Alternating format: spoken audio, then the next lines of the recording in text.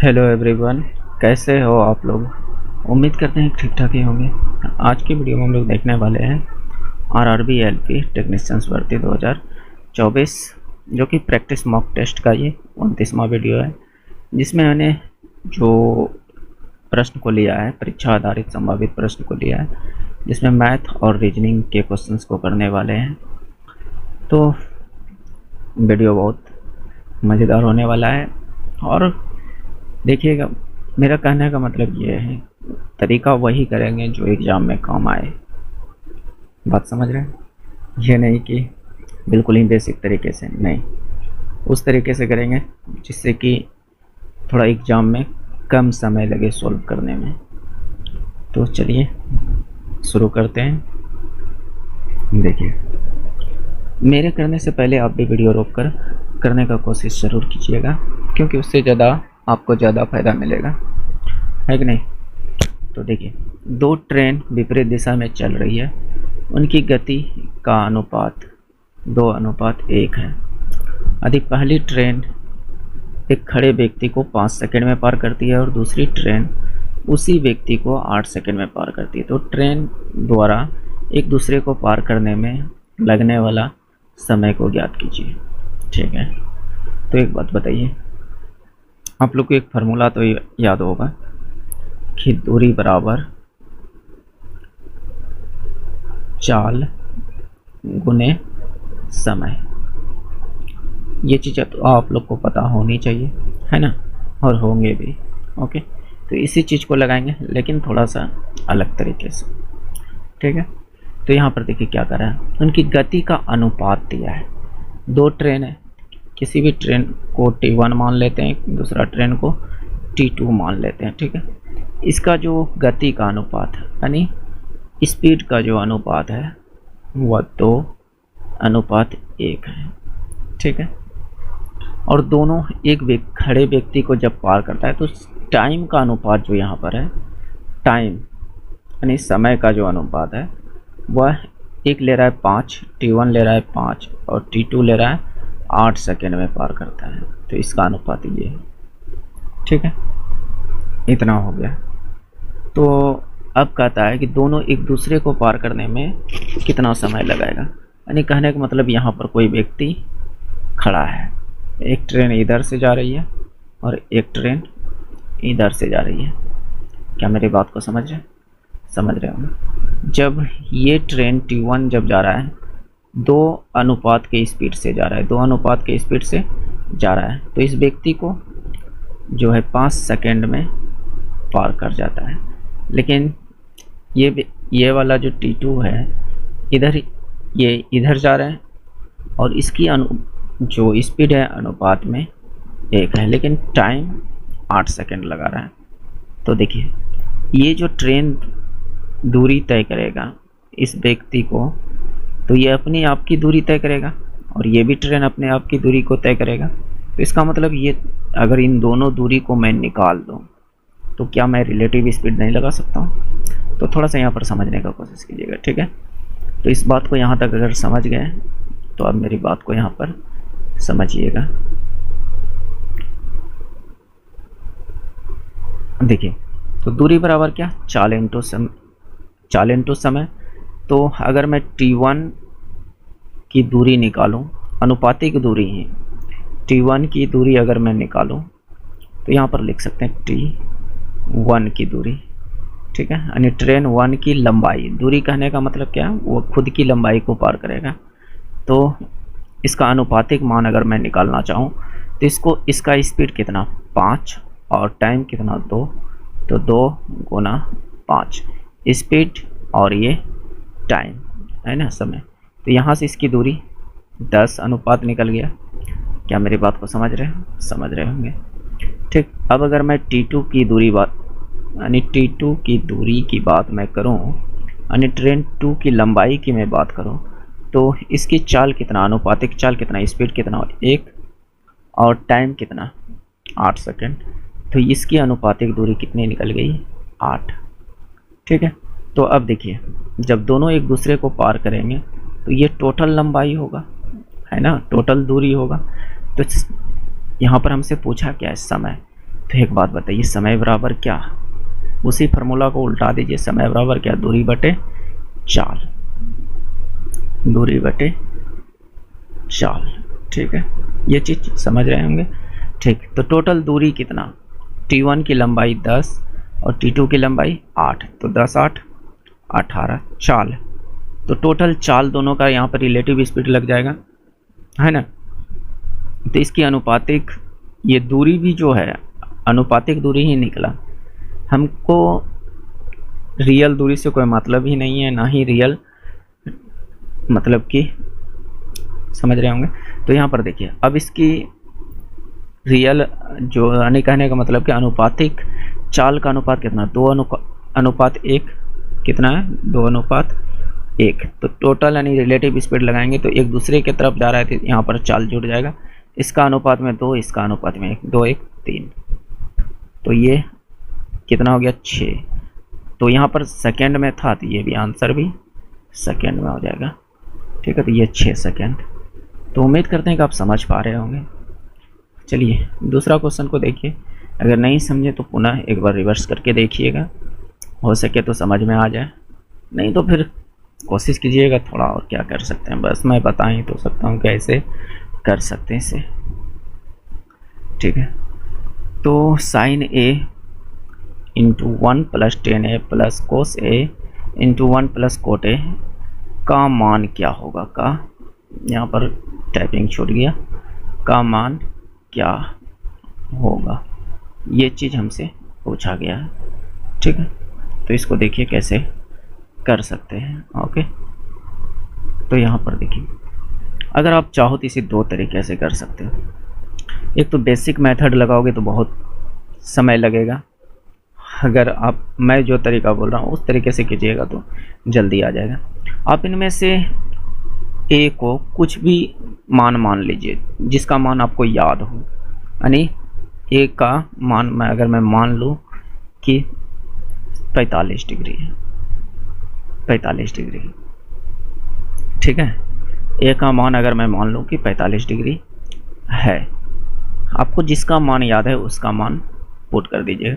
तो यहाँ पर मैं अगर ए के जगह पर 45 पुट करूँ तो ये क्या हो जाएगा, साइन 45 1 प्लस 10 45, या कोस ए के जगह पर 45, यहाँ से मैं उतारते जा रहा हूँ लिखते लिखते। ठीक है, ये 1 कोट 45। ठीक है, इतना पुट कर दिया। सब में डिग्री लगा सकते हैं, नहीं भी लगाएंगे तो कोई दिक्कत नहीं, हालांकि आपको समझ में आने चाहिए। तो साइन 45 डिग्री का मान कितना होगा, तो आपका जवाब होगा कि 1/√2। यही तो होता है ना, तो आपका जवाब होगा कि हाँ बिल्कुल यही होता है। तो ये 1 कोट 45 का मान कितना, 1 प्लस कोस 45 का मान 1/√2, और यहाँ पर 1 प्लस कोट 45 का भी मान कितना, 1। तो इसको अगर देखा जाए तरीके से तो 1/√2, और ये 1 1 2, ये भी 1/√2, और ये 1 1 2। ठीक है, इतनी बात समझ चुके होंगे। ठीक है, तो अब इसको सोल्व कीजिएगा तो ये क्या हो जाएगा, दोनों साइड सेम है तो 4/√2 से कटा दीजिएगा, तो ये कहीं ना कहीं हर परिमीकरण करने के लिए अगर आता है तो ये 2√2 हो जाएगा, और आना भी चाहिए। देखिए हर परिमीकरण करने का मतलब 4/√2 है, तो √2 से ऊपर भी गुना कर दीजिए, √2 से नीचे भी गुना कर दीजिए। तो ये √2 गुना √2 क्या हो गया, 2, 2 से ये 2 बार में कट जाएगा, 2√2। तो इतनी बात अगर समझ गए तो अब ध्यान से देखिए, अब जो मान ए के जगह पर 45 हमने पुट यहाँ क्वेश्चन में किया था, वही मान आप ऑप्शन में कर दीजिए, वही मान इसमें कर दीजिए ऑप्शन में। अगर मैं सेक 45 यहाँ पर ए के जगह पर 45 पुट कर दूँ, और यहाँ भी ए के जगह पर 45 पुट कर दूँ, तो सेक 45 का मान कितना, √2, कोस 45 का मान कितना, कोसेक 45 का मान भी √2, तो ये इसका क्या हो गया, 2√2। डायरेक्ट पकड़ा गया, ऑप्शन एक ही में आंसर है, बाकी बताओ और किसी में पुट कीजिए नहीं आएगा। तो नेक्स्ट क्वेश्चंस को देखिए।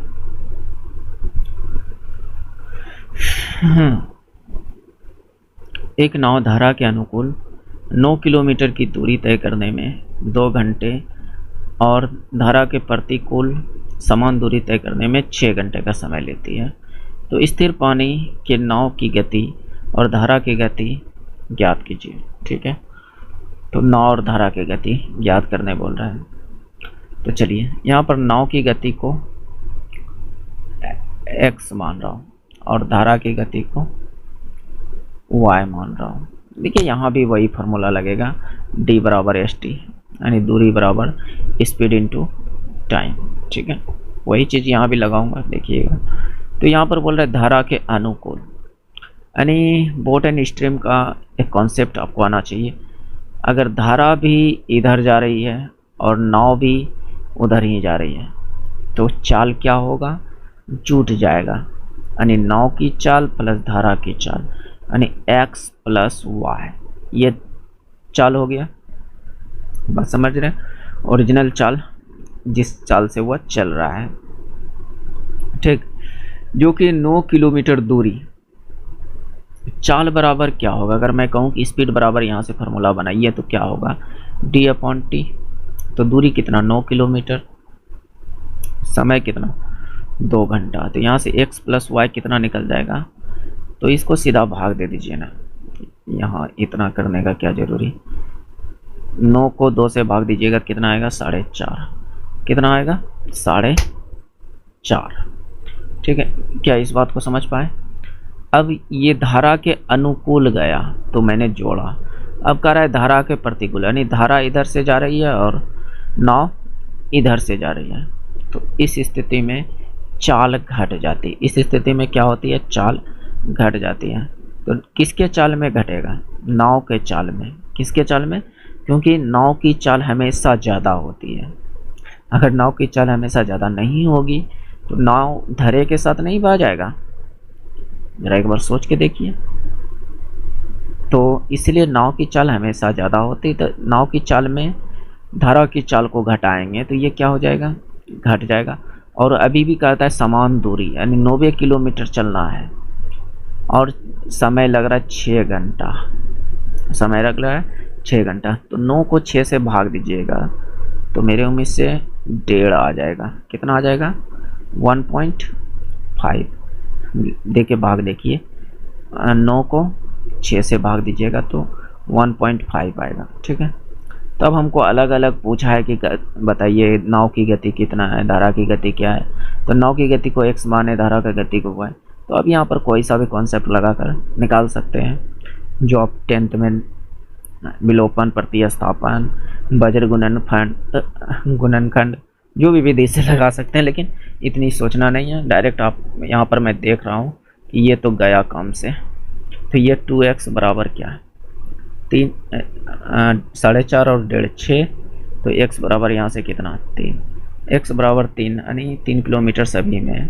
तो 3 किलोमीटर सभी में, तो x का मान 3 आ गया। ठीक है, तो y का मान सीधा यहाँ पर x का मान 3 रखिए, 4.5 में 3 घटाइएगा तो कितना बचेगा, 1.5। तो 1.5 एक ही ऑप्शन में है, y का मान। ये राइट आंसर। ओके, अगर नहीं समझे तो पुनः समझिएगा। यहाँ पर किसी भी इक्वेशन में आप x का मान 3 रख दीजिए, आपका आंसर आ जाएगा। जैसे यहाँ पर मैं कहता हूँ कि x प्लस वाई बराबर 4.5 है, x के जगह पर 3 रख दीजिए, y निकल जाएगा, है ना।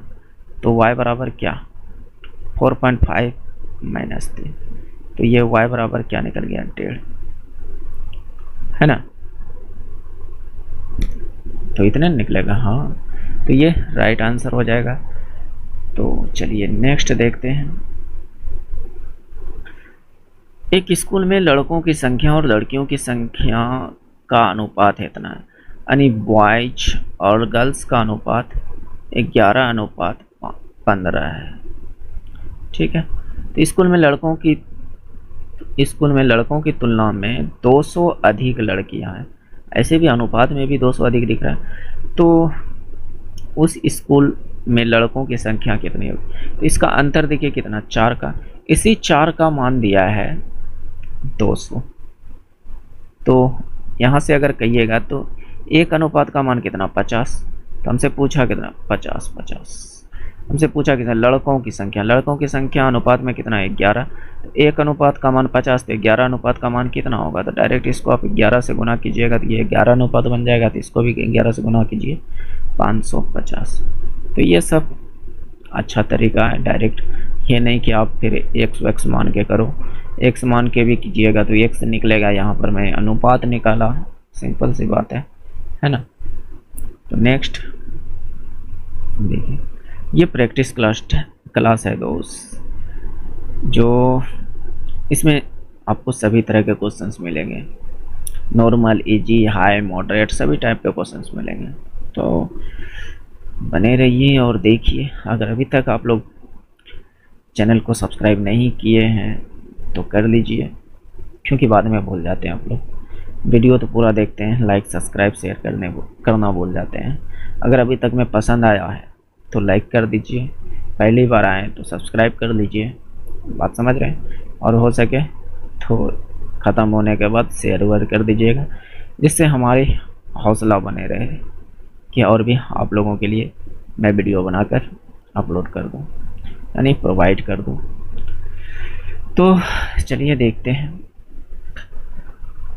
क्या कह रहा है कि सबको गुना करने पर इकाई अंक क्या आएगा। क्या सबको गुना करने के लिए चलेंगे क्या? नहीं, तो इकाई अंक पूछा है तो इकाई अंक को गुना करेंगे। जैसे 3 और 7 को गुना करेंगे तो कितना आएगा 21। तो यहाँ पर क्या है 3 है, इस 3 में सिर्फ इस 1 का गुना करेंगे तो कितना आएगा 3 आया। अब 3 यहाँ पर आया और यहाँ कितना है 9, सिर्फ इसका इकाई अंक को गुना करेंगे कितना होगा 27 आया। और यहाँ पर कितना है इकाई अंक पर 2, बस उसी 2 से गुना करेंगे 7 दूनी 14, तो लास्ट में क्या आया 4, और ये राइट आंसर है। ज़रूरी नहीं है कि पूरा को गुना करके आंसर दें, इकाई स्थान पूछ रहा है, सिर्फ इसके इकाई अंक को लेते जाइए और गुना कर लीजिए, जो आंसर होगा वही राइट।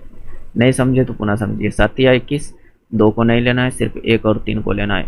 इस यानी ये जो गुना करके दोनों का जो इकाई अंक को गुना करके जो 21 आया, सिर्फ इसका 2 को लेना ही नहीं है, 1 को लेना और इसका इकाई अंक 3 को लेना है। तो बाकी बात समझ गए होंगे मेरी उम्मीद से, इजी क्वेश्चन है। तो मेरा कहने का मतलब यही है कि इसको डायरेक्ट सबको गुना मत कीजिए, डायरेक्ट इकाई स्थान को गुना कर लीजिए, आंसर आ जाएगा। ओके, चलिए। ए और बी एक काम को 10 दिन 15 दिन में पूरा कर सकते हैं। यदि ए प्रारंभ करता है, दोनों एक के बाद एक वैकल्पिक दिनों में काम करते हैं, तो काम कितने दिन में पूरा हो जाएगा। तो चलिए इसको हम लोग एलसीएम मेथड से बनाएंगे। ए कितना दिन में 10 दिन में, बी 15 दिन में। तो यहाँ से मैं इसका एलसीएम निकालूंगा और एलसीएम क्या होगा टोटल काम होगा, ठीक है। तो इन दोनों का एलसीएम कितना 30, इन दोनों का एलसीएम कितना होगा 30। तो इतना छोटा छोटा डाटा तो आप आराम से एलसीएम निकाल सकते हो बिना बनाए। तो देखिए अब इस 30 को 10 से भाग देंगे तो कितना आएगा, तो आपका जवाब होगा कि 3 आएगा। इस 30 को इस 15 से भाग देंगे तो कितना आएगा, तो आपका जवाब होगा कि 2 आएगा, होगा कि नहीं। तो देखिए यहाँ पर निकला क्या क्या, रियल में अगर देखा जाए तो ये काम है, क्या है काम, और ये जो इधर वाले डाटा जो ये 2 3 निकला ये क्षमता है, क्या है क्षमता, ठीक है। तो काम बराबर जो फॉर्मूला होगा समय गुना क्षमता, क्या होगा समय गुना क्षमता। क्या मेरी बात को समझ रहे हैं, समझ रहे होंगे। तो इसने क्या कहा कि ए प्रारंभ करता है और दोनों एक के बाद एक वैकल्पिक दिनों में आता है, यानी कहते हैं पहला दिन आया कौन, ए आया, ए एक दिन में 3 काम करता है, 30 में से ए एक दिन में 3 काम करता है। तो इसका मतलब पहला दिन अगर ए आ गया तो वह कितना काम कर देगा 3 काम। फिर दूसरा दिन बी आएगा, सेकेंड डे जो आएगा वह बी आएगा, है ना, वह कितना काम करके जाएगा 2 काम। तो इस तरह से आप आगे करते जाइएगा जहाँ तक में 30 काम पूरा जाए उतना दिन आंसर हो जाएगा। क्या मेरी बात को समझ रहे हैं। लेकिन उस तरह करते जाइएगा तो बहुत टाइम लगेगा। तो यहाँ से अगर मैं हिसाब किताब लगा कर देखूँ कि एक दिन ये किया, एक दिन ये किया, तो टोटल कितना दिन काम हुआ? 2 दिन। लेकिन काम कितना हुआ? 3 और 2 5 काम हुआ। 30 में से 5 काम 2 दिन में हो गया। ठीक है, तो हमको 30 काम तक पहुंचना है। अभी 5 काम ही हुआ है, 30 काम तक पहुंचना है। सर डायरेक्ट 6 से दोनों को गुना कीजिए, तो इधर 6 से गुना किए तो ये 30 हो गया, और इधर 6 से गुना किए तो ये 12 आ गया। तो 30 काम करने में कितना दिन लगा? 12 दिन लगा। ये राइट आंसर हो जाएगा। हालांकि यहाँ पर इसका कोई काम आया नहीं, हद समझ रहे हैं, लेकिन आएगा। इस टाइप के क्वेश्चन में ये काम आएगा। ठीक है, तो हालांकि आप चाहते हैं कि नहीं, हम देखना ही चाहते हैं कि हाँ बिल्कुल आएगा कि नहीं 12 दिन। तो यहाँ पर चलिए, अब कौन आएगा? ए आएगा, 3 काम कर जाएगा। फिर कौन आएगा? बी आएगा, 2 काम करके जाएगा। फिर ए आएगा, 3 काम, फिर बी 2 काम, फिर ए 3 काम, फिर बी 2 काम, फिर ए 3 काम, फिर बी 2 काम, फिर ए 3 काम, फिर बी 2 काम। 12 को हुआ, 1 2 3 4 5 6 7 8 9 10 11 12। हाँ हो गया ना। तो अभी सबको जोड़ कर देखिए क्या पूर रहा है क्या? 30। तो 3 का गो आया होगा? 6 को आया होगा। 1 2 3 4 5 6 दिया, 18 काम। 2 का गो आया होगा? वो भी 6 को आया होगा। 1 2 3 4 5 6 दूनी 12 12 18 कितना? 30 कम हुआ कि नहीं? तो इतना करने के लिए जाइएगा तो ज़्यादा टाइम लगेगा। तो ये सोचिए, क्योंकि यहाँ पर कम दिन था, आंसर कम दिन में था। जहाँ पर 50 दिन 100 दिन का आंसर हो, तब करने में क्या होगा जान सकते हैं। तो नेक्स्ट देखिए, 2 संख्याओं का महत्तम समावर्तक 11, लघुत्तम समावर्तक इतना है। तो उनमें से एक संख्या 275 है, तो दूसरी संख्या क्या होगा? तो इसका रूल आपको पता होनी चाहिए, और अधिकतर को पता भी रहता है। तो बस करना क्या है, 2 संख्याओं का जो गुणनफल होता है, पहला संख्या गुना दूसरी संख्या बराबर जो होता है LCM इंटू HCF। क्या बात को समझ रहे हैं? ये होता है।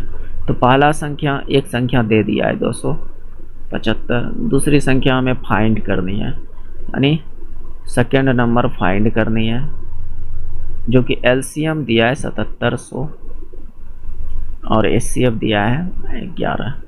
बस इसको कटाइए पिटाइए, आंसर आ जाएगा दूसरी संख्या, है ना। तो इससे मैं कटा रहा हूँ 11 से, इसको मैं कटा रहा हूँ 11 दूनी 22, 11 5 55, 25 बार में 25 से मैं इसको कटा दूँ तो ये 77। अगर मैं इसको 7700 को तोड़ दूँ तो ये 77 गुना 100 आएगा कि नहीं, और 100 को 25 से भाग दूंगा तो 4 आएगा। तो ये कितना? 7 चौक 28, लास्ट में 8, 2 ऑप्शन में है। 7 चौक 28 2 30, 308 इसका राइट आंसर हो जाएगा। यानी दूसरी नंबर जो निकल गया वो 308। तो ईजी है, बनाइए, प्रैक्टिस कीजिए, और क्या। चलिए इसको बनाइए। कहता है एक परीक्षा में एक अभ्यर्थी को 40% अंक चाहिए। ठीक है, यानी पास करने के लिए 40% अंक चाहिए। सभी प्रश्नों में समान अंक है। ठीक है, एक अभ्यर्थी ने कुल प्रश्नों में से 15 प्रश्नों का हल करके 10 उत्तर सही करके उत्तीर्ण हो गया, यानी 10 उत्तर ही सही किया और पास हो गया। ठीक है, तो परीक्षा में पूछे गए प्रश्नों की संख्या क्या है? तो बहुत सारे दोस्त यहाँ पर जो है इस 15 को देखकर सोचे होंगे कि इस 15 का कहाँ इस्तेमाल करूँ। इस 10 का तो समझ में आ रहा है कहाँ इस्तेमाल करना है, इस 15 का कहाँ इस्तेमाल करूँ। नहीं कीजिए, क्योंकि यहाँ पर कहा है एक परीक्षा में अभ्यर्थी को पास होने के लिए 40% चाहिए। अभ्यर्थी को कितना परसेंट चाहिए? 40%, जबकि वो पास हो जाए। और यहाँ पर 10 नंबर में पास हो रहा है। इसका मतलब इस 40% का मतलब ही ये 10 है। कितना प्रश्न सोल्व किया उससे कोई लेना देना नहीं, 15 करे 20 करे उससे कोई लेना देना नहीं, लेकिन वह 10 प्रश्न सोल्व किया यानी सही उत्तर किया और वो पास हो गया। तो यानी इस 40% के बराबर 10 है। तो हमें चाहिए यहाँ पर क्या गया कहा गया, पूछे गए प्रश्नों की संख्या क्या होगी। तो किसी भी पेपर में 100% पूछा जाएगा, भले वह 150 क्वेश्चन का हो या 60 क्वेश्चन का हो या 50 क्वेश्चन का, लेकिन वो अपने अपने 100% है। जैसे मैं कहूँ कि आप अपने आप में 100% हो कि नहीं, तो आपका जवाब होगा कि हाँ हो। तो फिर मैं कहूँ कि कैसे, तो आपका जवाब हो सकता है कि मेरी दोनों हाथें हैं, मेरी दोनों आँखें हैं, मेरी शरीर का टोटल पार्ट ठीक ठाक है। तो इसका मतलब आप 100% है। अगर उनमें से हाथ गोड़ कुछ पार हो गया रहता, इसका मतलब आप विकलांग कोटा में आ जाते हैं। बात समझ रहे हैं? चाहे एक उंगली ही क्यों ना गायब हो जाए, तो आप फिर 100% नहीं रह सकते हैं, आपकी लंबाई कुछ भी हो, है ना।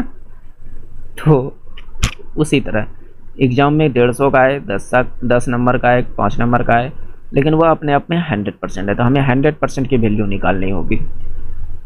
तो 100% कहने का मतलब यहाँ पर 40% बराबर 10 है, इसको 100% बना सकते हैं क्या? तो आपका जवाब होगा कि हाँ 2.5 से गुना करके बना तो सकते हैं, लेकिन 2.5 से गुना करना कोई बड़ी बात है क्या? तो आपका जवाब होगा नहीं।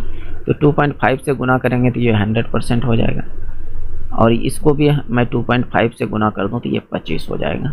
तो मतलब उस परीक्षा में जो है 25 क्वेश्चंस पूछा गया था। क्या मेरी बात को समझ रहे हैं? तो समझिए, और क्या कहूँगा। नहीं समझिएगा तो मैं क्या कर सकता हूँ, बस मैं बता सकता हूँ कि हाँ आप ऐसे क्या कीजिए जो कि एग्ज़ाम में आपको ज़्यादा बेनिफिट मिलेगा। क्योंकि हमें पता है दोस्त कि एग्ज़ाम में एक एक सेकेंड कितना महत्व रखता है। बात समझ रहे हैं? आप अगर हर क्वेश्चन पर 5 सेकेंड बचाएं ना, तो 100 क्वेश्चन में कितना 20 × 100 सेकेंड, इसका मतलब 2 मिनट बचा रहे हैं। लेकिन ज़रूरी नहीं है कि हर क्वेश्चन पर 5 सेकेंड बचे। अगर मेरे तरीके से कीजिएगा तो आप क्या कहते हैं 50 सेकेंड 60 सेकेंड 1 मिनट तक बचा सकते हैं। तो देखिए, लेकिन ये ऐसा नहीं कहूँगा कि सभी क्वेश्चन में, कुछ क्वेश्चन होता ही अनकट्ठल जो कि टाइम लेगा, टाइम टेकिंग वाला क्वेश्चन रहेगा। तो सब क्वेश्चन की बात नहीं कर रहा हूँ, लेकिन जो क्वेश्चन हो सके कि नॉर्मल स्टूडेंट उसको जो 1.5 मिनट 2 मिनट में करेंगे, और हो सके कि वो क्वेश्चन अगर कोई अलग तरीके से किया जाए तो वह 30 सेकेंड 15 सेकेंड 20 सेकेंड में आ जाए, तो कहीं ना कहीं टाइम की बचत हुई कि नहीं। तो वही बात मैं समझाना चाहता हूँ। और क्या, जैसे इस क्वेश्चन को देखिए, तो यहाँ पर देखिए क्या कर रहा है। राम के पास 4500 रुपये थे, अपने धन का 2/5 अपने सबसे बड़े बेटे और शेष धन का 1/3 अपने सबसे छोटे बेटे को दान दे दिया। तो उसके बाद राम के पास कितना बचा। तो अभी इस डाटा को भूलिए कि 45,000 है उसके पास। तो यहाँ पर आप इसको पकड़िए, यहाँ पर क्या है 2/5, यहाँ पर क्या है 1/3। तो इसके जो नीचे में है उसका आप एलसीएम ले लीजिए, 5 दिया 15। तो मान लीजिए कि उसके पास टोटल 15 यूनिट धन है। कितना यूनिट? 15 यूनिट। मैं बस समझा रहा हूँ, हालांकि कीजिएगा तो बहुत फास्ट होगा, बस तरीका को समझिए। तो इसका 2/5 कितना, तो 6 हो जाएगा। 15 का 2/5 कीजिए, तो ये अब मेरे उम्मीद से 2/5, तो हाँ 6 हो जाएगा। 6 यूनिट इसको मिल गया, 15 यूनिट में 6 यूनिट बड़का बेटा को मिल गया। और शेष धन का शेष यानी 15 में से 6 धन निकल गया, 6 यूनिट निकल गया, 6 यूनिट निकल गया। तो अब बचा कितना? 9 यूनिट। 9 यूनिट का 1/3 चाहिए छोटका को, 1/3 चाहिए छोटका को। तो यहाँ से कितना? 9 का 1/3 कितना? तो आपका जवाब होगा कि 3 यूनिट। तो इसको मिल गया 3 यूनिट, ठीक है।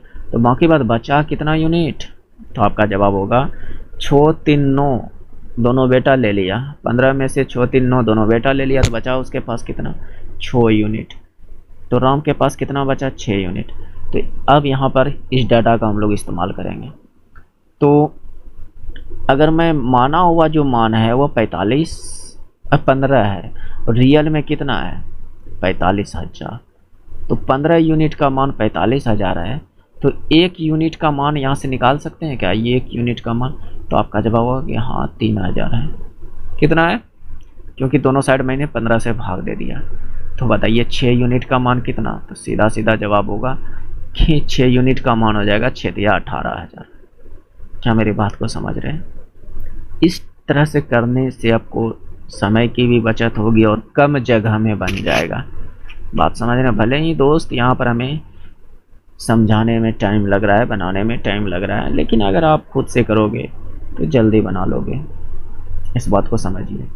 ये नहीं कहिएगा कि आपने करने में इतना टाइम लगा दिया, तो हमें बोलना पड़ता है, बताना पड़ता है, इसलिए टाइम लगता है। अगर आप खुद से चुपचाप मौन व्रत रख के बनाओगे तो आराम से सिर्फ लिखते जाओगे और करते जाओगे। समझाने का कोई मतलब ही नहीं है किसी को, है ना? तो नेक्स्ट देखिए, एबीसी के परिकेंद्र आई से बीसी पर लंब आईडी खींचा जाता है। यदि कोण बीएससी जो है 60 डिग्री है, तो कोण बीआईडी का मान क्या होगा? यानी कहता है परिकेंद्र, एक वृत्त है, इसके अंदर एक त्रिभुज है, इसके अंदर क्या है? एक त्रिभुज है, और इसके अंदर एक सेंटर है जिसको आई माना है, जिसको क्या कहा है? आई, ठीक है। और ये ए बी सी है। फिर इसने कहा कि बी ए सी 60 डिग्री है, बी ए सी 60 डिग्री है, ठीक है, 60 डिग्री है। और इसने कहा कि आई से बी सी पर लंब खींचा है आई डी, यानी यहाँ से एक लंब खींच दिया आई डी। तो अब बताइए कि बी आई डी कौन, यानी बी आई डी यानी कौन जो है बी आई डी कितना होगा?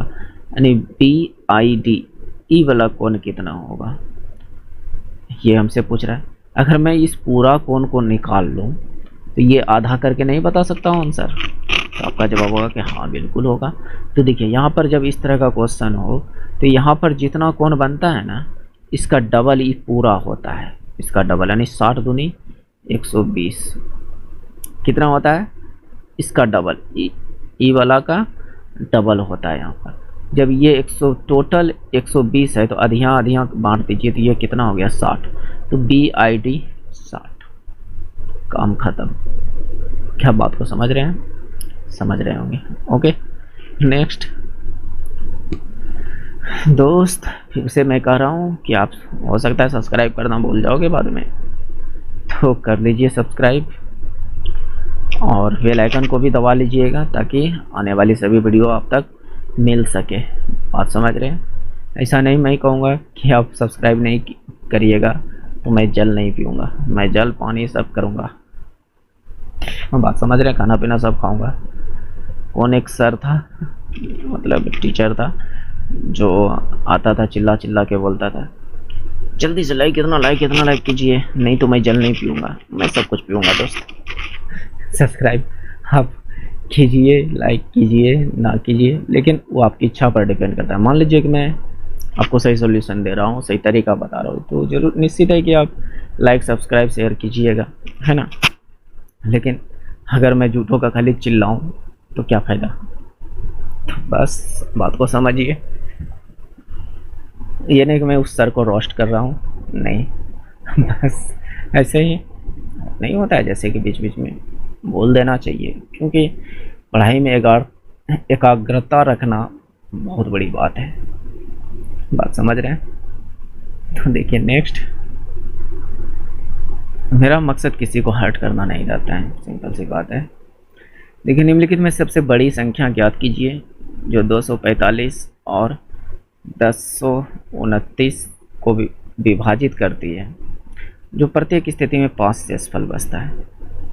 तो उसका आंसर क्या हुआ? सबसे बड़ी संख्या क्या है? तो यहाँ पर देखिए इसको कैसे कर सकते हैं। जैसे यहाँ पर बोला है कि शेषफल 5 बचती है, शेषफल क्या है? 5 बचती है। तो दोनों संख्या में आप 5 घटा दीजिए, यानी 245 और ये क्या 1029। तो इनमें भी 5 घटाइए, इसमें भी 5 घटाइए, ठीक है। ये क्या हो जाएगा 240 और ये क्या हो जाएगा 1024। बस इन दोनों का आप जो है एचसीएफ निकाल दीजिए। बड़ी संख्या कहने का मतलब एचसीएफ निकाल देना, ठीक है। नहीं कहता है कि वह बड़ी से बड़ी संख्या क्या होगा जो सभी को विभाजित कर सके। तो बड़ी से बड़ी कहने का मतलब एचसीएफ निकालना। तो यहाँ से इन दोनों का एचसीएफ आप निकालिए 240 और 1024 का। तो मैं यहाँ पर तो एलसीएम मेथड का ही इस्तेमाल करूँगा, जो कि अच्छा भी है। अलग से हमें कुछ निकालना नहीं पड़ेगा। एलसीएम टेलसीएम इस मेथड से दोनों चीज़ निकलता है, एलसीएम भी निकलता है और एचसीएफ भी। जैसे मैं यहाँ पर बस थोड़ा सा आपको समझना पड़ेगा कि ऐसा क्यों होता है, ठीक है। तो मैं इसको 4 से खिलाता हूँ, क्योंकि 4 से दोनों कटेंगे। मैंने देख रहा है कि ये दोनों कट रहा है 4 से। 4 छंग 24 और 4 दूनी 8, 4 तिया 12, 4 दूनी 8, उसके बाद 2 बज गया, 4 पंचे 20, 4 चौक 16, 256। अभी भी 4 से दोनों कटेंगे। एचसीएफ निकाल रहे हैं ना, तो ध्यान रखना है कि इसको भी कटे, ये भी कटे, ये भी कटे। जिस संख्या से भी कटा है दोनों कटे। बात समझ रहे हैं? दी गई सभी संख्या कटे, वही एचसीएफ होता है। अभी एचसीएफ आपका नहीं निकला, तो ये 15, ये 4 से कटाने के बाद 64 चौके 256, हाँ 64। अब ये दोनों कोई ऐसा संख्या है जो कि दोनों से कट सके, यानी दोनों को काट सके, तो आपका जवाब होगा कि नहीं, ऐसा कोई संख्या नहीं जो 15 को भी काटे और 64 को भी काटे। तो बस काम ख़त्म है। 4 गुना 4 वही आपका एचसीएफ हो जाएगा। क्या मेरी बात को समझ रहे हैं? ये 16 ही आपका एचसीएफ हो जाएगा। बात समझ रहे हैं? तो ये आपका राइट आंसर हो जाएगा। कि हुआ बड़ी से बड़ी संख्या क्या है जो 245 और 1029 को विभाजित करने पर प्रत्येक स्थिति में 5 शेष दे। भाग लगा कर देखिए 16 से, दोनों में, इसमें और इसमें 5 शेष बचेगा। ठीक है, तो ये आपका एचसीएफ हो गया। नेक्स्ट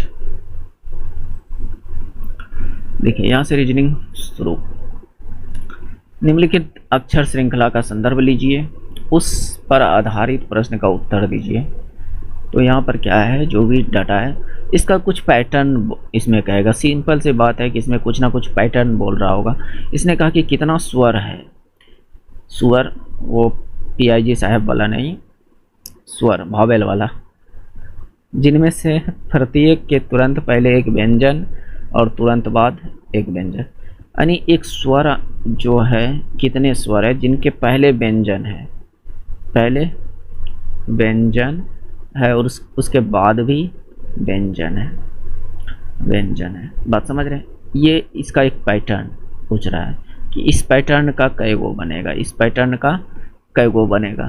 तो हम अब स्वर क्या होता है, तो आप भावेल तो सुने होंगे कि ABCD में टोटल 26 लेटर में भावेल कै गो होता है। तो आपका जवाब होगा कि 5 गो होता है। कौन कौन?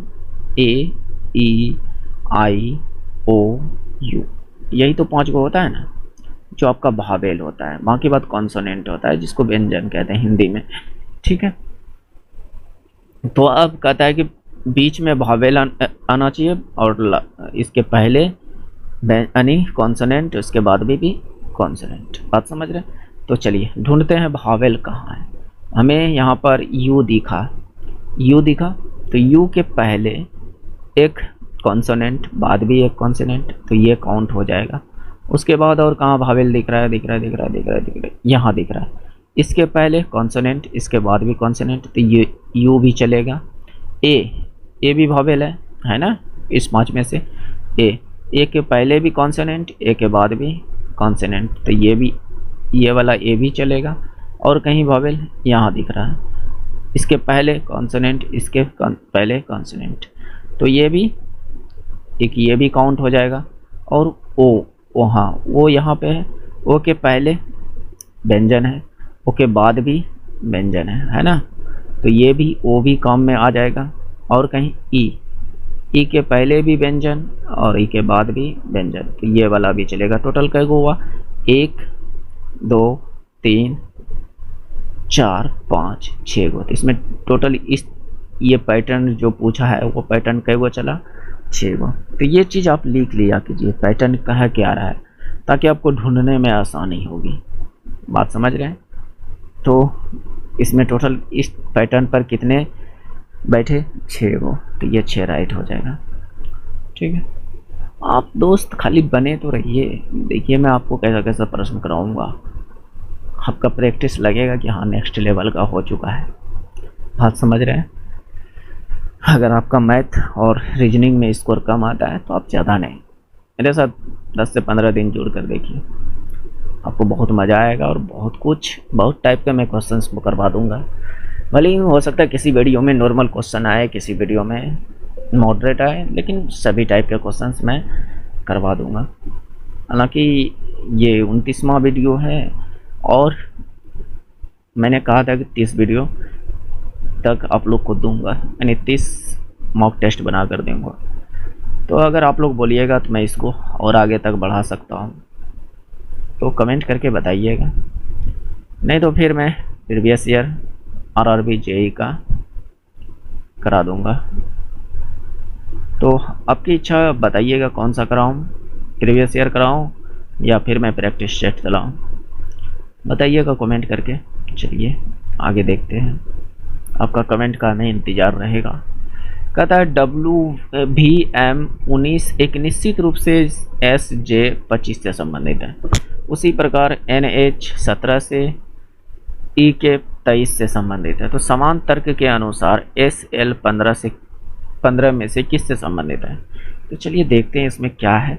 VM19 ये जो रिलेटेड है SJ25 से, और दूसरा कह रहा है कि ये HN17 जो है यह रिलेटेड है EK23 से, EK23 से। तो हमसे पूछ रहा है SL15 किससे रिलेटेड होगा, ये हमसे पूछ रहा है, किससे संबंधित हो।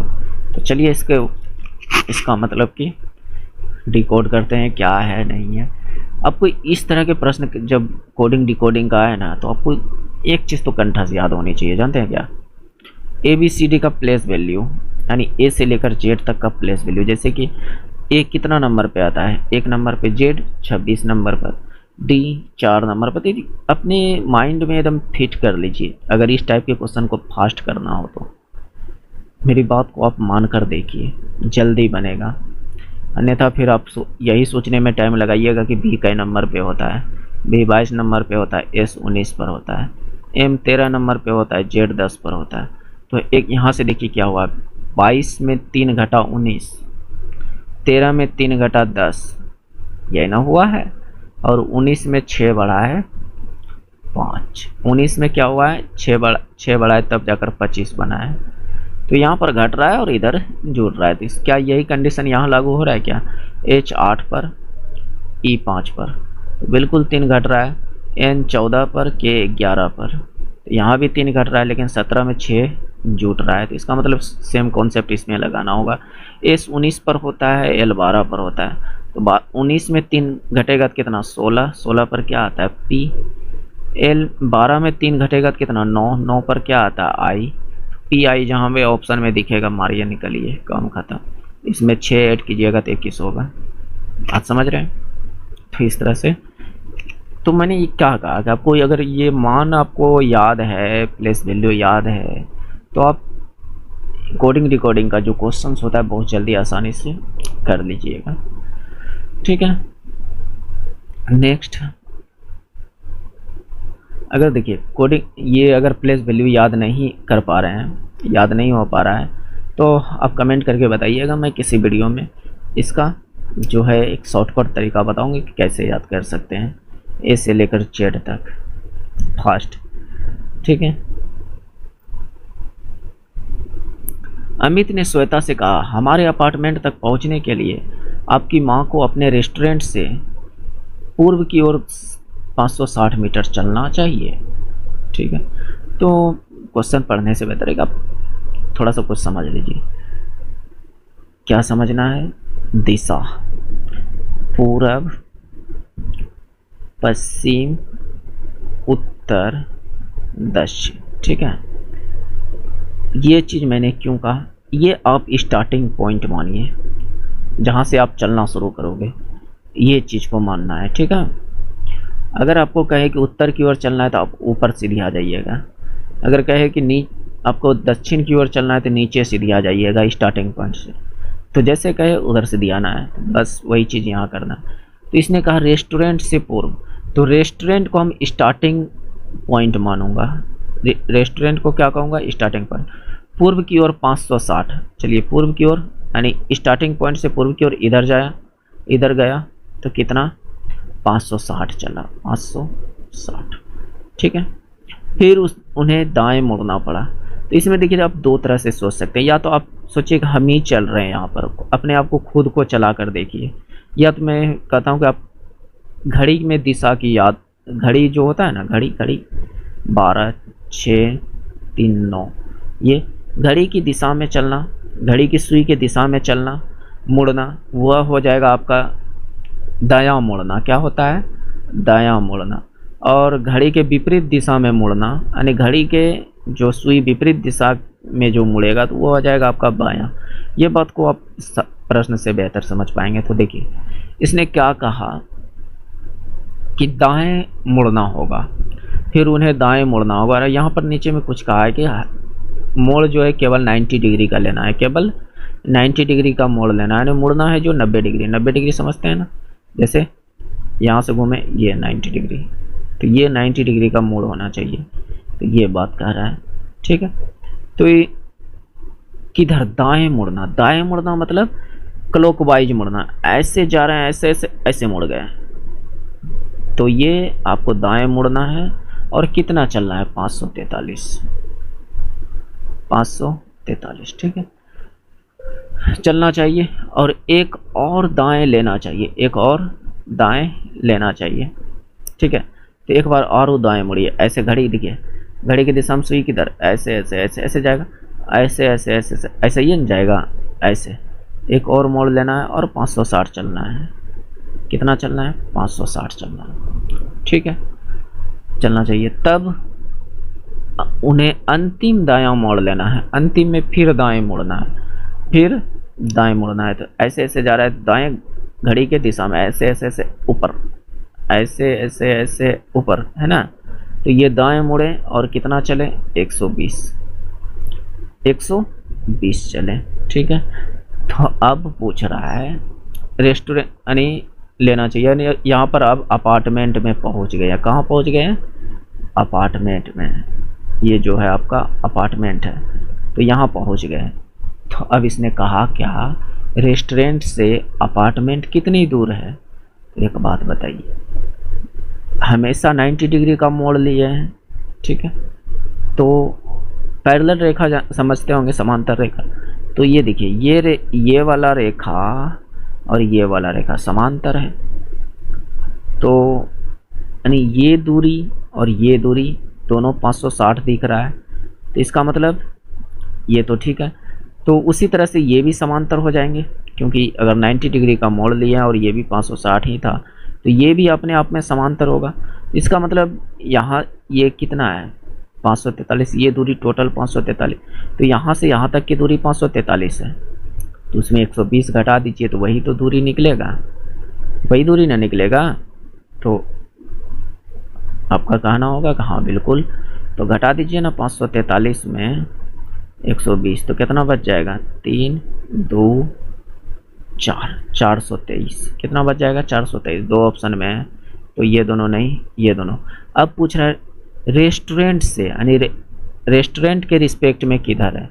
तो अगर आपको अब यहाँ पर कुछ नहीं समझ में आ रहा है, तो आप यहाँ पर क्या कीजिए जानते हैं, रेस्टोरेंट से पूछा है ना, इसी को आप केंद्र मान लीजिए। जैसे यहाँ पर मैंने इसको केंद्र माना, इसको आप सेंटर मान लीजिए, ऐसे लकीर खींचिए, तो ये इसके सीधे ये में ना है, और कहाँ, नीचे साइड, कहाँ, नीचे साइड। नीचे साइड होने का मतलब दक्षिण में, नीचे साइड होने का मतलब दक्षिण में, तो 243 मीटर, 200 यानी 423 मीटर दक्षिण में।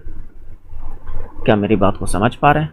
तो अगर इस तरीके से करते हैं तो जल्दी बनेगा, बात समझिए, ठीक है। नेक्स्ट,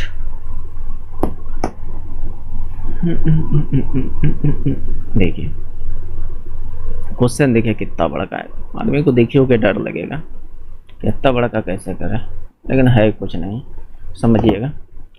ABCDEFGH एक वर्गाकार मेज के चारों ओर केंद्र की ओर मुख करके बैठे हैं, ठीक है। उनमें से कुछ कोनों पर बैठे हैं, और कुछ भुजाओं के ठीक केंद्र में बैठे हैं। ठीक है, तो एच तक है मतलब, तो इसका मतलब 8 आदमी है। इसका मतलब क्या है, वहाँ पर 8 आदमी। एक टेबल बना लेते हैं, लीजिए ये वर्गाकार एक टेबल हो गया। ठीक है, तो कुछ लोग यहाँ बैठे होंगे, यहाँ बैठे होंगे, यहाँ बैठे होंगे, क्योंकि इसने कहा है कि इनमें से कुछ कोनों पर बैठे हैं और कुछ ठीक भुजाओं पर बैठे हैं, यानी ये भुजा पर बैठे हैं, वर्ग की भुजा। कुछ लोग कोना पर बैठे हैं, कुछ लोग कोना पर बैठे हैं, और सभी की मुंडी अंदर की तरफ है। सभी की मुंडी किसके तरफ है, अंदर की तरफ। क्या बात को समझ पा रहे हैं, समझ पा रहे हैं? ओके ठीक, अब चलिए बैठाने का कोशिश करते हैं। तो इनमें आपको एक चीज़ ढूंढना होगा कि परफेक्ट कौन बैठा है, नहीं तो आप पढ़ते जाइए, समझते जाइए। एच किसी एक भुजा पर बैठा है, तो एच को आप कहीं भी बैठा दीजिए, मैंने यहाँ पर बैठा दिया। और सी के ठीक प्रतिमुख, प्रतिमुख कहने का मतलब उसका उल्टा, अगर एच यहाँ बैठा है तो सी यहाँ बैठेगा। प्रतिमुख कहने का मतलब उसका जस्ट विपरीत। जी एच के दाएं से दूसरे, देखिए इस तरह के क्वेश्चन जब आए ना, तो जब दो आदमी को बैठा दिए, उसी दोनों से रिलेटेड वाक्य को ढूंढिए। जैसे इसने सी और एच से रिलेटेड, तो आगे में आ गया एच से रिलेटेड, आ गया कि नहीं, तो आपका जवाब होगा कि हाँ। अगर यहाँ पे वो लाइन नहीं होता तो अदर जगह ढूंढते हैं। इस बात को थोड़ा समझने का कोशिश कीजिएगा, जो कि जल्दी आपको आंसर तक पहुँचा देगा। ठीक है, जी एच के दाएं से दूसरे, एच के दायां किधर, अगर इधर मुंडी आगू करके बैठा है तो इसका दायां किधर, इधर है ना, और बायां इधर। ठीक है, तो इस जगह अपने आप को भी बैठा कर देखिएगा कि आप इधर ताक रहे हो तो आपका दायां किधर होगा, मुंडी यानी बायां किधर होगा। ठीक है, तो इतना कर जरूर कीजिएगा। ठीक है, आगे समझिए। जी एच के दाएं से दूसरा, दायां इधर, पहला ये, दूसरा यहाँ, कौन, जी। और सी के बाएं से दूसरा, तो सी के बाएं से दूसरा कौन, जी। बिल्कुल है, तो ये बात इसको लिखने का क्या जरूरी था, कोई जरूरी था नहीं था। ई जी के ठीक प्रतिमुख, यानी ई जो है जी के विपरीत बैठा है, तो जी यहाँ है तो यहाँ ई होगा। ये 4 बंदा तो बैठ गया। और आगे देखते हैं। बी एच के दाएं से तीसरा, एच के दाएं से तीसरा कौन, बी। तो पहला, दूसरा, तीसरा व्यक्ति यहाँ बैठ गया दाएं। दायां जाने का मतलब इधर, बायां जाने का मतलब इधर। ठीक है, अब आगे देखिए। और ए के ठीक प्रतिमुख, यानी ये जो बी है ए के विपरीत है, तो ए यहाँ है ना, इसका सीधा कोनिया में यहाँ। ठीक है, जी और एच डी के निकटतम है। जी जो है, जी और एच के निकटतम डी, जी और एच दोनों डी के निकटतम है। ठीक है, यानी जी और एक एच के बीच में डी आना चाहिए। कौन आना चाहिए, बेचारा डी आना चाहिए। तो माँ के बाद एगो बचा होगा, माँ के बाद एगो बचा होगा, तो इनमें से 7 व्यक्ति तो बैठ गया, जो बचा होगा वही बैठा होगा यहाँ पर। तो कौन नहीं आया अभी तक में, तो एफ नहीं आया है, तो एफ को यहाँ अपनी मर्जी से बैठा दीजिए, यहीं बैठ, तुम्हारा जगह यहीं है ना। तो एफ के संदर्भ में निम्नलिखित में से कौन सा कथन सत्य नहीं है, सत्य नहीं है एफ के संदर्भ में। किसके संदर्भ में, एफ के संदर्भ में। ठीक है, तो यहाँ पर पहला कह रहा है एफ डी के ठीक प्रतिमुख है, एफ डी के प्रतिमुख है, ये बात तो सत्य है, तो ये आंसर नहीं हो सकता है, क्योंकि इसने कहा है कि सत्य नहीं है, असत्य बात पूछ रहा है कि गलत कौन सा होगा। ठीक है, अगला देखते हैं। बी एफ के बाएं से दूसरे स्थान पर, बी जो है एफ के बाएं से दूसरे स्थान पर, तो बी एफ के बाएं से दूसरे स्थान पर, बिल्कुल ये बात भी सही है, तो इसका मतलब ये भी आंसर नहीं। ई और सी जो है एफ के निकटतम पड़ोसी है। ई और सी एफ के निकटतम यानी आसपास में बैठा है, दोनों एफ से टच कर सकता है, हाथ मिला सकता है ना, तो ये भी सही बात है, इसका मतलब ये भी आंसर नहीं। तो बचला हुआ एक के गो है, तो यही गलत होगा। वहाँ के बाद इसको चेक करने का कोई ज़रूरी ही नहीं है, तो अपनी तसल्ली के लिए चेक कर सकते हैं क्या कहता है, एच एफ के बाएं से तीसरे स्थान पर है। एफ के बाएं, बायां किधर इसका जाएगा, इधर। और किसके बारे में बोला है, एफ के बारे, एच के बारे में, यानी एच जो एफ के बाएं तीसरे, तो बायां, तो पहला दूसरा तीसरा जी है, ना कि एच। तो इसका मतलब ये गलत है और गलत वाला ही आंसर सही करना है। दोस्त 1 मिनट रुक जाइए, थोड़ा सा गला में खराश आ गया, पानी में पी लेता हूँ। ओके,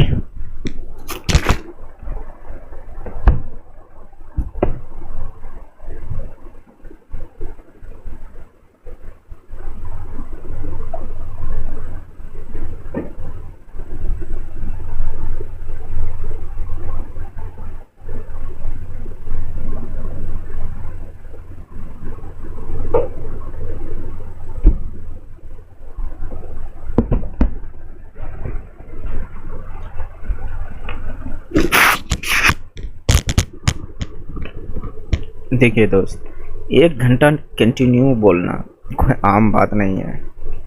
बात समझ रहे हैं? आप नहीं समझोगे हमारे मेहनत को, कि हमें कितनी बड़ी समस्या होती है एक वीडियो बनाने में। टाइपिंग करना, लिखना, क्वेश्चन सेलेक्ट करना, बात समझ रहे हैं? और सब काम हमें खुद ही करना पड़ता है।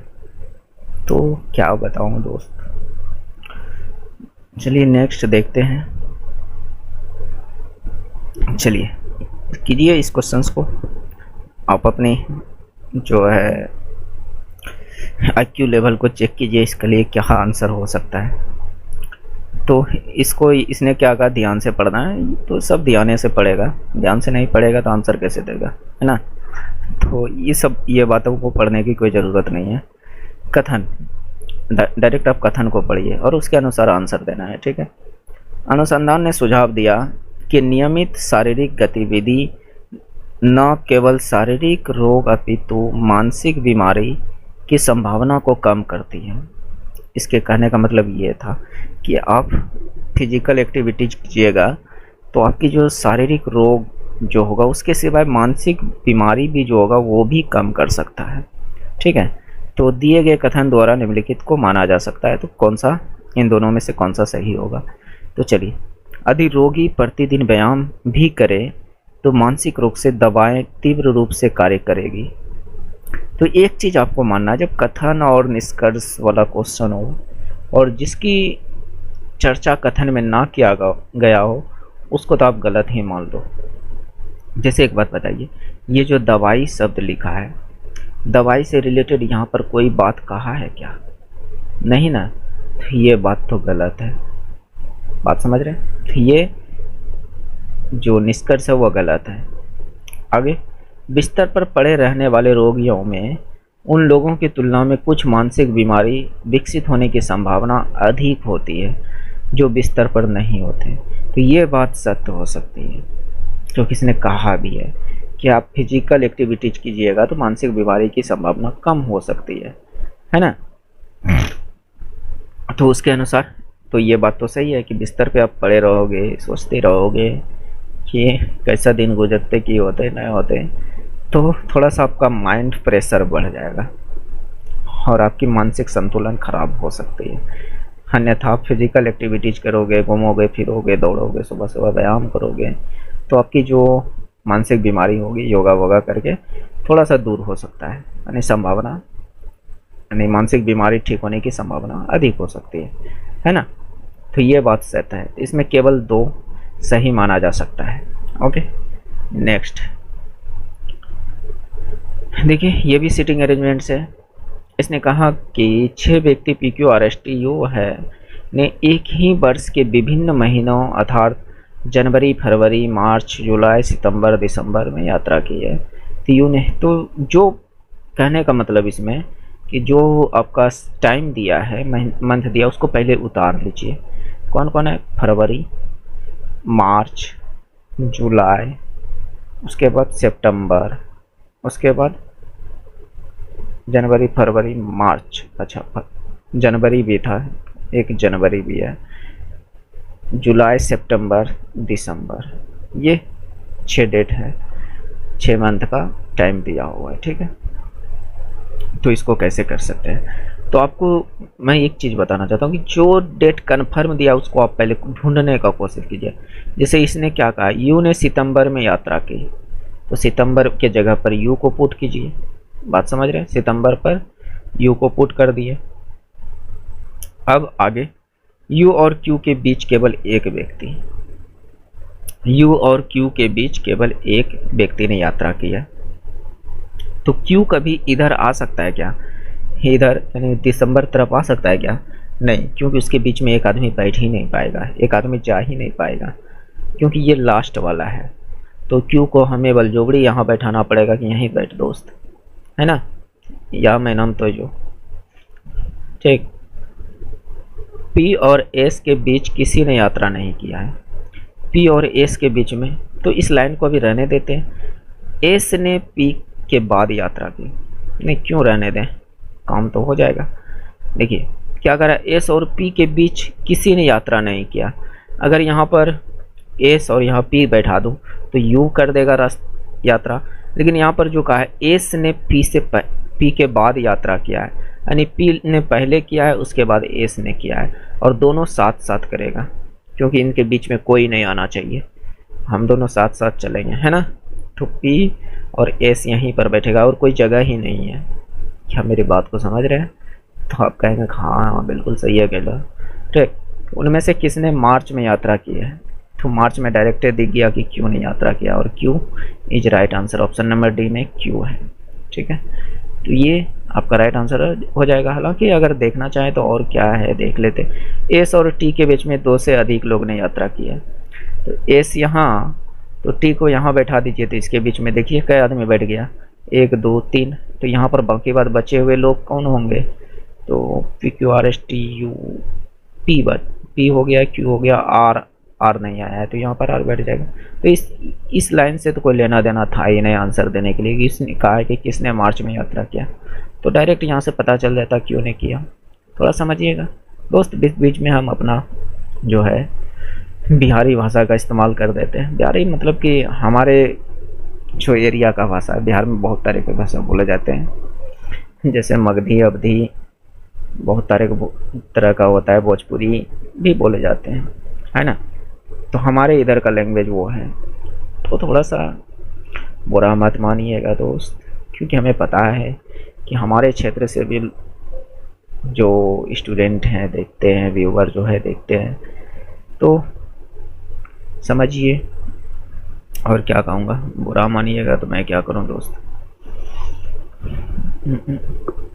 चलिए देखिए, दिए गए कथनों और निष्कर्षों को ध्यान से पढ़ें, तय करें कि दिए गए नियमों को, वही बात है इसी को पढ़ना है। तो यहाँ पर देखिए क्या है, कथन 1 में कहा है जी एम से बड़ा है, 2 3, ये कुछ पॉइंट है, तो चलिए इस पॉइंट को सजाते हैं, कथन का पॉइंट को।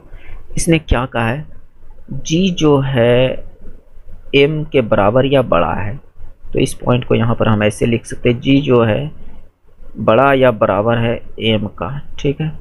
उसके बाद इन दोनों से रिलेटेड और कौन सा वर्ड है, यहाँ पर दिखा, एम से रिलेटेड, एम जो है ओ से छोटा है, एम जो है ओ से, यानी एम से बड़ा ओ है, ओ से रिलेटेड कहाँ है, अभी निष्कर्ष को नहीं देखना है आपको, कथन को देखना है। ओ कहाँ पर है, यहाँ पर है। ओ जो है के से छोटा है, यानी के से छोटा ओ। फिर आगे देखिए, के से रिलेटेड यहाँ पर है, के जो है एच से छोटा है, के का किससे, एच से छोटा है, जो छोटा है उसके अंदर कोनिया घुसा दीजिए, केनाठी मार दीजिए, वो छोटा हो जाएगा, ठीक है, बहुत समझिएगा। और क्या, यहाँ पर आगे देखिए, अब एच से रिलेटेड ढूंढिए, एच से रिलेटेड कहाँ पर है, एच से रिलेटेड यहाँ पर है, एच छोटा है एफ से, यानी एफ बड़ा है एच से, ठीक है। एफ से रिलेटेड यहाँ पर है, एफ बराबर क्यू है, एफ बराबर क्यू है।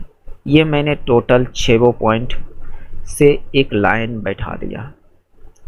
उसके बाद अब निष्कर्ष पर चलते हैं और पता करते हैं कि कौन बड़ा है कौन छोटा है, क्योंकि बिना ये चीज़ किए आप पता नहीं कर सकते थे कि कौन बड़ा है कौन छोटा है, ठीक है। तो इसने कहा जी से बड़ा एफ है क्या? एफ से यानी छोटा जी है क्या? तो चलिए देखिए, एफ और जी कहाँ है? एफ यहाँ है, जी यहाँ है। जी के बीच में एक ये वाला एरो आया और ये वाला एरो आया, ये वाला, उसके बाद ये वाला, उसके बाद एफ। तो बीच में कहीं भी अगर इस तरह का एरो दिख जाए या आपको इस तरह का एरो दिख जाए तो उसको गलत मानना है। उसको क्या मानना है? गलत मानना है। तो इसका मतलब ये गलत है, एक नंबर गलत। दूसरा निष्कर्ष,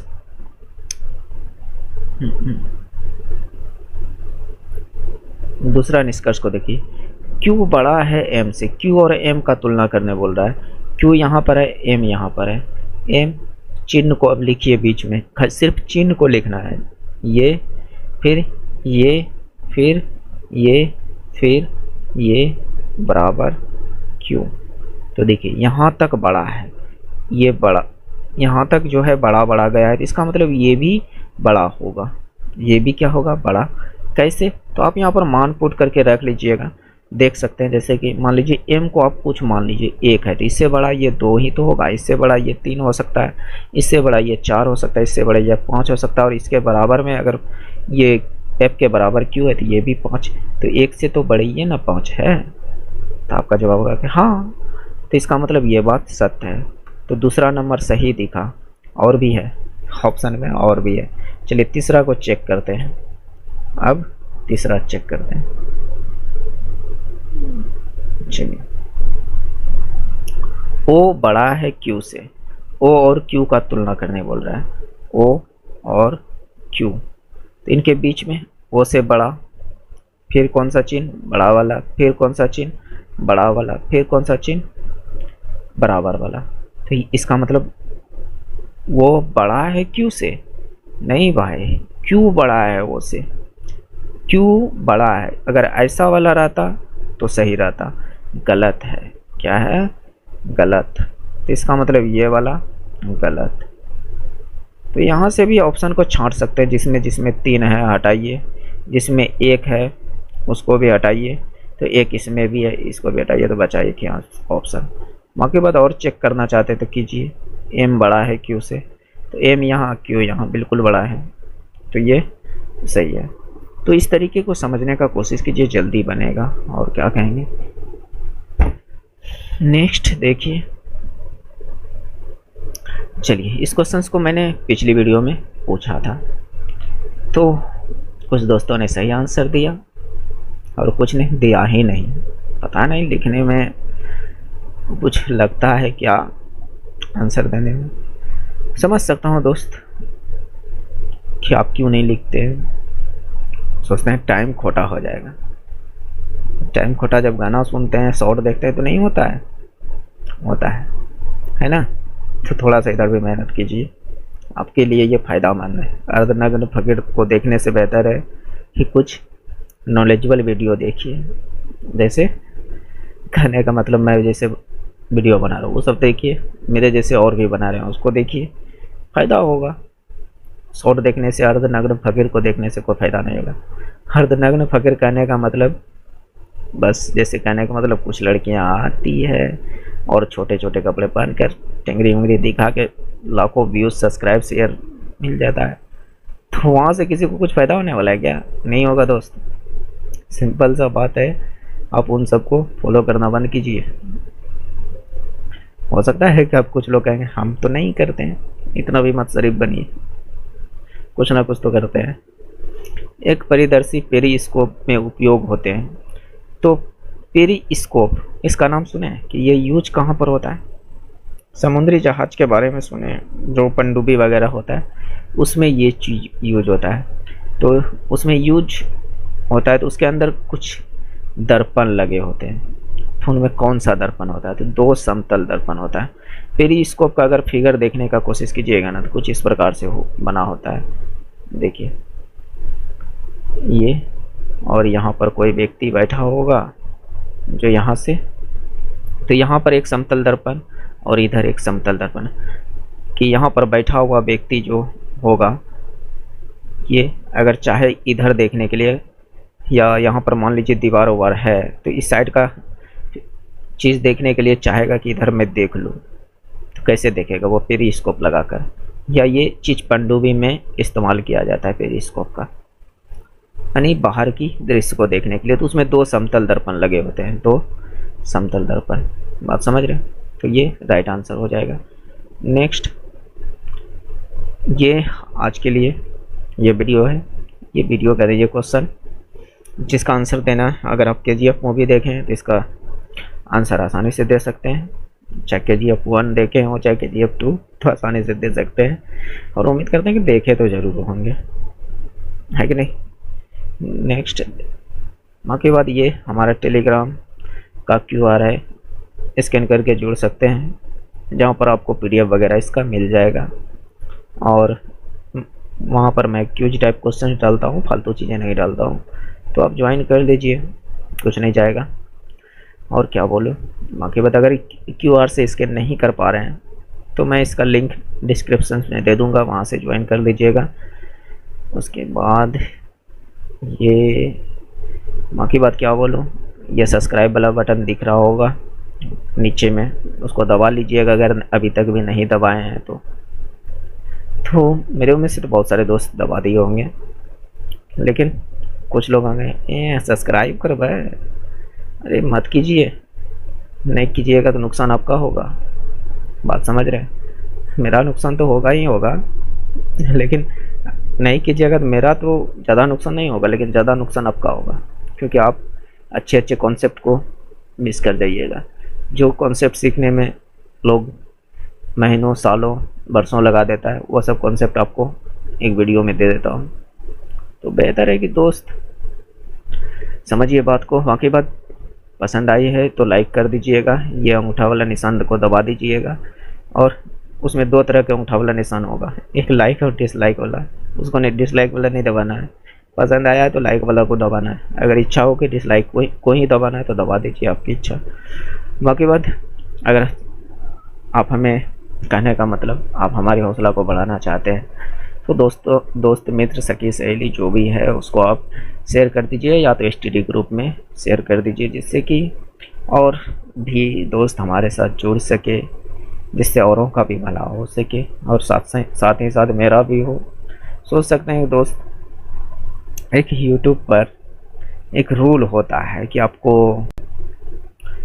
मतलब मोनेटाइज कराना है तो कम से कम 1K सब्सक्राइबर चाहिए 4000 घंटा। तो 4000 घंटा कंप्लीट हो चुका है, बट आप लोग 1K अभी तक नहीं सब्सक्राइब पुराए हो। क्या कर रहे हो दोस्त, पुराइए जल्दी, ताकि मैं और भी अपने बढ़े हुए हौसले से आप लोगों को वीडियो बनाकर प्रोवाइड कराऊं, अच्छे अच्छे कॉन्सेप्ट को दूं। तो उम्मीद करते हैं कि आप सपोर्ट कीजिएगा, समझिएगा मेरी बात को। तो मेरा कहने का मतलब सीधा सीधा है, मैंने बहुतों को ऐसा देखा है कि जिसको बिल्कुल बेसिक तरीके से करा लें उसके 1 लाख 2 लाख सब्सक्राइबर, क्या है दोस्त, उससे कुछ होने वाला नहीं है। तरीका अगर अच्छा चाहिए तो समझिए, हम जैसे जितने भी यूट्यूबर ही कह सकते हो, या अपना भाई समझते हो तो भाई कहो, कि जितने भी भाई अगर जो अच्छे कॉन्सेप्ट को दे रहे हैं उसको सपोर्ट करने का कोशिश कीजिए, भले ही अभी कम हो, लेकिन आपके सपोर्ट से वो आगे बढ़ सकते हैं। तो बाकी बात समझदार तो हो ही, वो आप लोग समझने का कोशिश करेंगे। तो चलिए मिलते हैं नेक्स्ट वीडियो में। जय हिंद, जय भारत, थैंक्स फॉर वॉचिंग।